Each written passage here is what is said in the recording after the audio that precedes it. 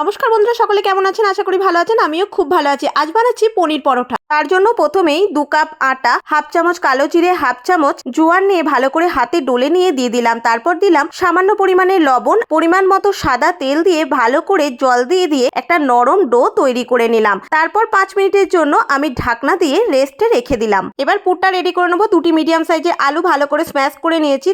এবার একে একে আদা কুচি, লঙ্কা কুচি আর জিরেটা আমি শুকনো খোলায় ভেজে নিয়ে মিক্সিতে গুঁড়ো করে নিয়েছি। সেই ভাজা জিরের গুঁড়োটাও দিই। তারপর দিলাম পরিমাণ মতো চাট মশলা, মতো গোলমরিচের গুঁড়ো, পরিমাণ মতো লবণ ও ধনেপাতা কুচি আর পরিমাণ মতো পনির দিয়ে পুরটা ভালো করে মেখে রেডি করে রেখে দিলাম। তার আগে থেকে মেখে রাখা ডোটা থেকে বড় বড় করে লেচি কেটে ভিতর দিয়ে এইভাবে পুরটা ভরে মুখটা সিল করে ময়দা দিয়ে ভালো করে বেলে নিয়ে চৌকো চৌকো শেপে আমি বেলেছি। আপনারা গোল শেপও দিতে পারেন। তারপর একটা ফ্রাইং প্যানে এপিট ওপিট করে সেকে নিয়ে একটু বাটার ও সাদা তেল দিয়ে লাল লাল করে ভেজে নিলেই কিন্তু রেডি হয়ে গেল আমাদের পনির পরোটা। আপনারা ট্রাই করে দেখতে পারেন। টাটা।